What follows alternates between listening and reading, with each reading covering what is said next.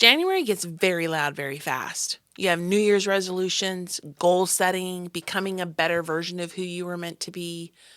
But winter isn't about transformation, it's about warmth, it's about introspection. So, what if we stepped away from the New Year's resolution culture and into more of a stable, nurturing environment created by hygge? One that stabilizes our nervous system, eases our anxiety, and moves us through winter without forcing growth that our body just isn't ready for. Do you want to achieve your goals, but anxiety is tripping you up? Like to keep those fun weekend plans, but depression has you counseling again? Hey, I'm Lori, dog mom, lover of nature, and hygge enthusiast. Positive psychology skills help me overcome chronic severe PTSD. If you're ready to learn how to overcome your anxiety and depression and rediscover happiness and purpose in life, then get your cozy on and let's get started. Welcome back to Practical Solutions for PTSD and welcome to the new year. Right around the corner, the end of January, first part of February, I will be hosting a live workshop where you can join and have a one-on-one conversation with me. Well, one-on-many. But actually be able to talk to me live. And we're going to be dealing with mindsets and how you can change those and alter those mindsets a bit to help you better handle stress and anxiety in your life. So there's 3 key mindset shifts that we're going to be talking about. And I'm inviting you to join us. I'll announce the dates as soon as those are available. Really looking forward to being able to talk to you live and have a 2-way conversation. That'll be a lot of fun. So keep your ears peeled. Those dates will be announced very, very soon. And you'll want to sign up as soon as you can. January literally arrives with a bang. You have fireworks going off, the ball dropping in New York City, whatever huge celebration goes down in your country. January and the new year is ushered in with a lot of fanfare and a lot of expectations. And this can translate into our personal life. New goals, new habits, New Year's resolutions, becoming a better version of who you were meant to be, etc. And there's one year in particular that stands out in my mind that I had done a 5-week cleanse in the fall and it had gone so well and I had done so much better on it. My energy levels went up, my brain clarity and my anxiety had gone down and I had felt so much better on it. So I asked my doctor if I could do it again come January. And she's like, sure, go right ahead. So mid-January, I jumped into this again. What I didn't understand at the time, and I learned the hard way, is that when you're living with PTSD, anxiety symptoms, or seasonal affective disorder, your body is already going through a lot. I mean, it takes a lot of work to keep your emotional and nervous system stabilized. And then when you're hitting winter, you're putting additional pressure on that. And I absolutely deal with seasonal affective disorder, and it was a lot worse in those years than it is now. And so my nervous system is already under extra load because I'm in January, February, right the heart of winter when it's really tough, those short days and long nights and cold temperatures and all this stuff going on. And then I decided to do this 5-week cleanse. That's very involved. You had a lot of supplements. You had to have a controlled diet. It was a broad spectrum homeopathic cleanse, so it hits a lot of your systems at the same time. The worst decision of my life. It was terrible. I felt miserable. I was so tired. I didn't want to do anything, but I didn't want to even get out of bed, much less do this whole big cleanse thing. And then it was hitting my body really hard because my system was already low. And by the time I was done with that, I was so miserable and it took me a while to recover from it because my system was already low. And so when you hit that New Year's time when you're like, yay, let's do all this. You have all this energy around you with people who want to do new things, but we're in the middle of winter, which is a time of rest and introspection. And we're trying to instead make ourselves expand and grow and do new things. So today I'm going to take a little bit of a different look at this. And instead of looking at progress as setting those New Year's resolutions, as creating new goals and building new habits, we're going to flip the script just a little bit. And we're going to look at stabilization and comfort and calm and instead of expansion. And we're going to pull in a little bit of hygge that can help us to learn how to stabilize that in the wintertime and provide some comfort for us in the wintertime that can help us get through this better. So, New Year's comes with this unspoken message in our culture that you need to be better than what you are. You need to be more disciplined, more motivated. You need to heal more. And all these things may be true. I know I need to be more disciplined and I could use an increase in motivation. And I know I still have healing to do. So all these things are true. But winter is biologically a low energy season. And on top of that, if you have a trauma impacted nervous system, you're already working harder just to stay regulated. So when your resources are divided and you start putting those resources to growth instead of towards maintaining where you already are, you start running into problems. And you can start getting things like increased anxiety, shame around having low energy, a sense of failure before the new year's even really got good and started. So this isn't about you doing it wrong. It's just about doing it at the wrong time because the expectations are misaligned with the season. Now, I have another episode coming up on this where we talk about the best time to do that and why and how, but I'll give you a sneak preview. The best time to set your new goals is actually late spring, and we'll get into that later. So instead of looking at expansion, our goals for right now should be on maintaining where we are. So resolutions are built on expansion, right? And goal setting is built on expansion and achieving your dreams and doing all that stuff that you need to do. Doing more, becoming more, pushing forward. But expansion requires two key things. One, it requires safety, and the other requires surplus. So when your system is maxed out and you're feeling that anxiety, you're feeling that depression, you're struggling with that safety side of things, right? And on the other side, your energy is so depleted, all you want to do is crawl under the covers and sleep for a month of Sundays. You don't have the surplus energy that you need to be able to do that growth. So winter, especially January and February, is a season of conservation. So you're naturally pulling inward and systems are protecting themselves. You see this in nature. The trees don't have any leaves on them. They're in hibernation. A lot of your animals are hibernating. It's a conservation of energy. So I saw this post on Facebook earlier. It actually was partially responsible and the inspiration behind this episode. It was from Healthy Fit Bella, and she had this to say: in January, we rest. There's very little light, very little warmth, and not a lot of spare energy going around.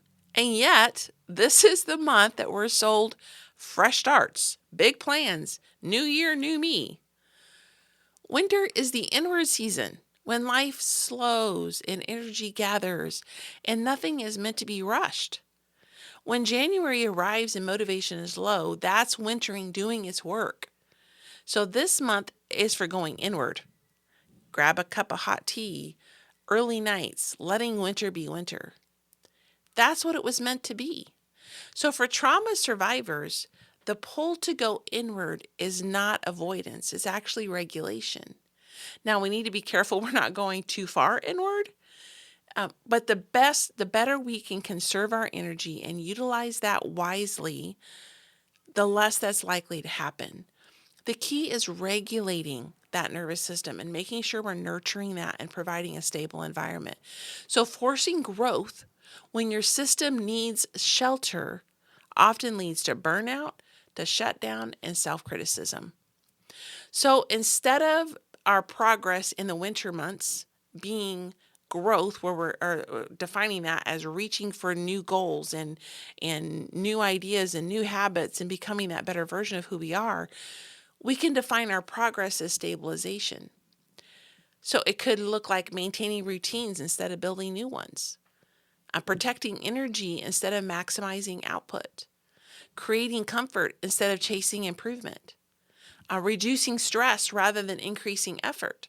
So in the story I was sharing earlier, if I had waited on that cleanse and focused on January and February instead on maintaining the ground I had gained and maintaining those routines I had established. By time March or April hit, I would have been ready to execute the next round. But when doing it in January, February, it actually put me behind the curve.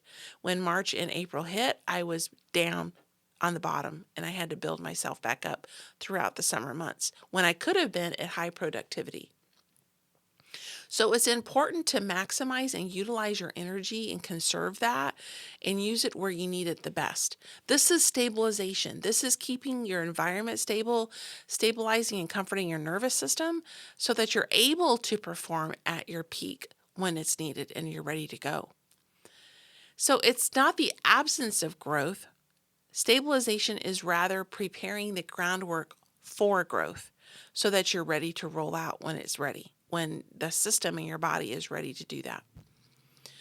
So using hygge to do this can be very beneficial. So hygge is often misunderstood as strictly aesthetics. So, a candle, blankets, cozy photos, and all this is really cool and definitely a part of hygge. But at its core, hygge is about safety, warmth, contentment, connection, etc. So for nervous systems shaped by trauma, hygge can offer you a predictability in uncertain seasons. It can provide sensory comfort that calms anxiety symptoms. And it gives you permission to slow down without guilt. So hygge isn't about happiness. It's about feeling held and comforted and stabilized in the position that you're in, the place that you're in right now. So if you look at hygge or look at progress through the lens of hygge, it might look something like this. So choosing warmth over productivity. Repeating simple rituals that help ground you. Now, one I do here at home every single morning, I will go through the house and I will open the blinds and let the sunlight in. And this time of year, I turn on all my twinkle lights, on which some of those are on my Christmas tree right now, soon to be converted to a winter tree. I turn on the wax melt. These are all things I do every single morning. And then in the evening, I close the blinds. I have a time when I sit in my chair in the evenings and just relax with a blanket across my lap and a cup of hot tea. So repeating these simple rituals, they help ground you in the moment and help you process the stress that you're experiencing. Hygge is about creating space that feels calm rather than impressive. So this is not necessarily your Instagram photo worthy moments. It doesn't really matter what it looks like. It matters the level of comfort and peace and calm that you get from that. It's about letting enough be enough. So again, doesn't have to be perfect. It just has to be enough and being okay with that. So some of those simple routines could be lighting a lamp at the same time every single morning, or maybe it's lighting a candle, whatever it could be. Maybe you set a routine that before I check my phone and all the work or stress or distractions involved in that, I'm going to just sit down and drink a warm beverage before I do that. This could be a routine that you establish. Or maybe you're ending the day with some familiar music or reading a book, you're journaling a little bit, whatever it could look like. Just taking a few moments to ground yourself in that moment can help you unwind at the end of the day. So these are not small things to the nervous system. They're really important. They're signals that to your body and your mind, your heart, that you're safe and everything is okay. And especially in a time when it's being put under additional pressure and stress. You have to intentionally kind of let go of resolution language, which trust me, I know it's hard this time of year because you're hearing it from everywhere. And that I'm not criticizing anybody. Please don't get me wrong. It's just part of the culture. But maybe change it for yourself. And so instead of asking, what do I want to achieve this year? We're going to hold that question and ask it later. But for now, we're going to try asking ourselves, what helps me feel steady right now? What reduces strain in this season? When my nervous system and my body and my emotions are already kind of strained and stretched, what can reduce that a little bit? What supports my nervous system through the winter? Instead of demanding more from it, what supports it and helps me to feel a little better? So these questions invite care, not pressure. So we don't want to put additional pressure on you in a time when you're already stressed and maxed out. And that's what new goal setting and new habits and all that, it creates additional pressure. So these questions allow growth to emerge naturally when the conditions are right. And I've alluded to this a couple times in this episode, but there is a time to set all those goals. There is a time to stretch and to grow and to lean into that. And we're going to talk about that in a couple episodes. There is a time for that. And when you do it in the right time, you're setting the kind of goals that you really want to set, that are driven more by your value system than by social pressure. The problem is when you decide to take this step back, you can begin to feel a little bit of pressure. It can be painful to watch others announce their goals and their transformations while you're focusing on getting through the day. But progress isn't universal. It's seasonal. Maybe for them, this is their season and they can do it, and that's fantastic. Cheer them on. Support them in any way you can. But holding steady during the winter is not stagnation. It's resilience. It's understanding your limits and sticking to that, setting boundaries and keeping them, making sure that you're supporting yourself so that when your season of growth comes, and for many of us, that's going to be late spring, when that comes, you're ready. Your system is ready because you've given it the time that it needs to rest and relax and create a stable environment so you didn't lose ground, and you are ready to go when the time comes. So you're not late. You're just in season. You're doing what winter was meant to do.